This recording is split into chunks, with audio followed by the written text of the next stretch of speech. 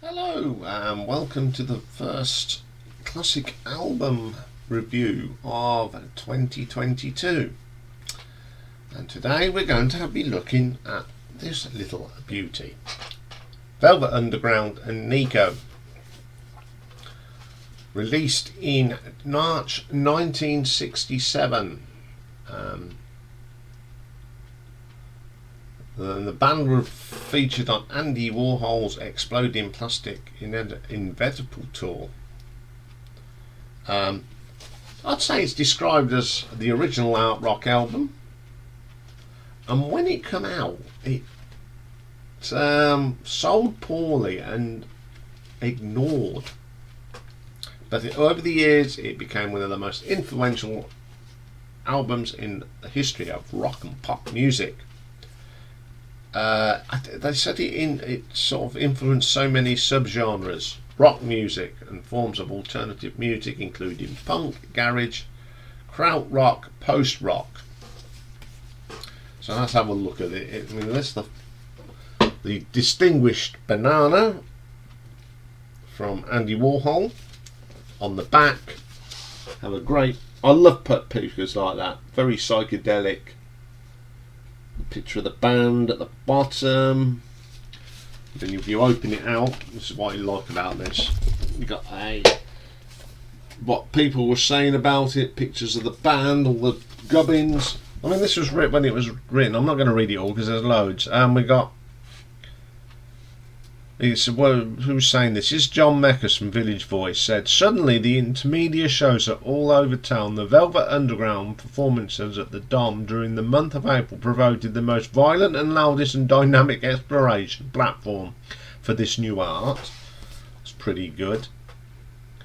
And the Los Angeles Times wrote, not since the Titanic ran into an iceberg has there been such a collision when Andy Warhol's Exploding Plastic Inevitable burst upon audience with the Trip Tuesday.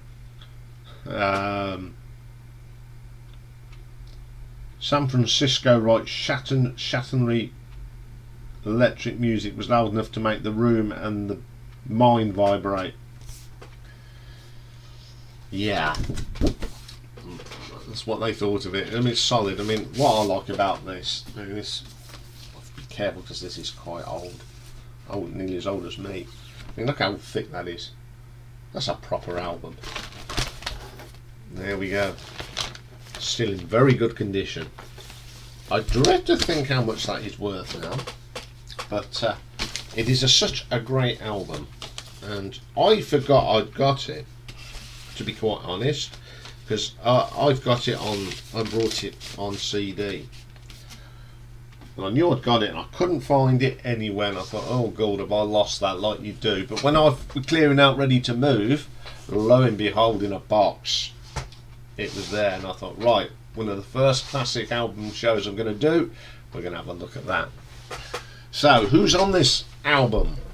Of course it's Lou Reed doing lead vocals, backing vocals, lead guitar, fretless guitar, John Cale on the electric viola and the piano, bass, backing vocals, Celestia, hissing his way down to. Sterling Morrison plays rhythm guitar, lead guitar, bass guitar. You've got Maureen Tucker on the percussion and drums, and then you've got Nico doing lead vocals on some of the tracks and backing vocals. Then the production was Andy Warhol and Tom Wilson. Awesome stuff. First track on this fantastic album is the brilliant Sunday Morning. Classic Velvet Underground, isn't it? little bit different. The gentle touches of xylophone on this is unbelievable. I do like that track. Pretty chilled out for a Sunday as well. Next track, I Am Waiting for the Man. Very heavy this is. Great vocal from Lou on this. It's very Beatlesque as well. Really, really good. Femme Fatale, Nico takes the lead vocal on this. Quite mellow. Pretty chilled out. I mean, Nico was a pretty chilled out chap anyway, wasn't he? So, pretty good. Then we get the brilliant, my favourite track, Venus in Furs. Something awesome about this. The sounds, the vocal, the guitar work, the psychedelic progression of the album song. I think it was a little bit ahead of its time. Great track. Then we get Run, Run, Run. More bluesy rock. Great vocal here from Lou Reed. Super stuff. Then we get All Tomorrow's Party. Very psychedelic again. Nico doing the vocals on this. Solid stuff. Side 2 opens up with a track called Heroin. It starts off slow and it sorts of gets faster and faster and faster.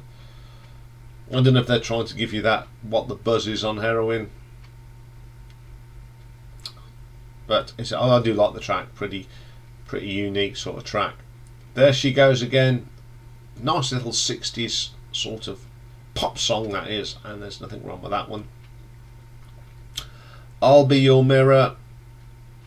Solid track. I love the arrangement on this. It's just so good. It's quirky. It's very short. Then we get the Black Angels Death Song. This is Lou Reed at some of his weirdness. It's just bizarre, but it's a good bizarre, if you get my meaning. It's really cool. And the last song, if you can call it a song, it goes off in about 3,000 different directions. The drumming's good, but the other musicians don't.